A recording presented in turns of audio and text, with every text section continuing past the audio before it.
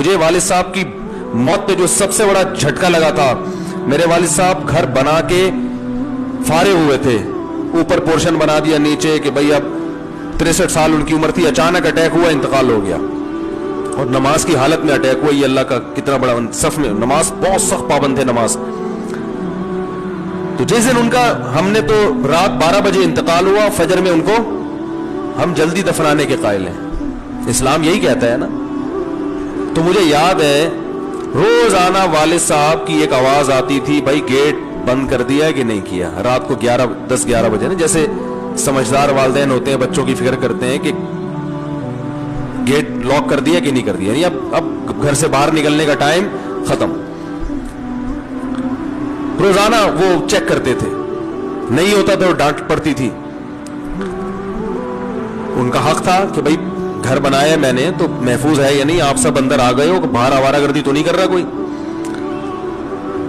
تو رات 12 بجے ان کی ڈیتھ ہوئی ہے. صبح فجر میں ہم نے دفنایا. اگلے دن رات کو والد صاحب کی آواز، بولو بھائی، آواز نہیں. ہم اس آواز کو سننے کو دل چاہ رہا تھا. کوئی ہم سے کہے کہ گیٹ بند کر دیا کہ نہیں کر دیا. جو والد صاحب کا کمرہ تھا، جو ہم 30 سال سے دیکھ رہے تھے، ایک کمرہ مشہور تھا ابو کا کمرہ. اکیلے سوتے تھے نا، وہ فوجی آدمی تھے، ان کی نیند میں کوئی خلل برداشت نہیں کرتے تھے. ٹائمنگ تھی سونے کی اٹھنے کی ان کی. تو ایک کمرہ ہم نے ان کے لیے خود انہوں نے رکھا ہوا تھا، بھائی یہ میرا کمرہ ہے، یہاں مجھے کوئی ڈسٹرب. تو والد صاحب کی الماریاں، اس میں والد صاحب کا ایک بستر تھا. تو والد صاحب اگلے دن کیا ہوا ہے کہ وہ کمرہ خالی. تو جب ہم نے اس کمرے کی شفٹ وہ چینج کیا، اس کی سیٹنگ، تو یعنی ایک عجیب سی کیفیات تھی، وہ بیان کرنے کے قابل نہیں. انسان کو عبرت کے دنیا میں اللہ نے بہت سارے نمونے دکھائے ہیں. بھائی یہ کسی کا، یہ دنیا بڑی بے وفا ہے، خدا کی قسم.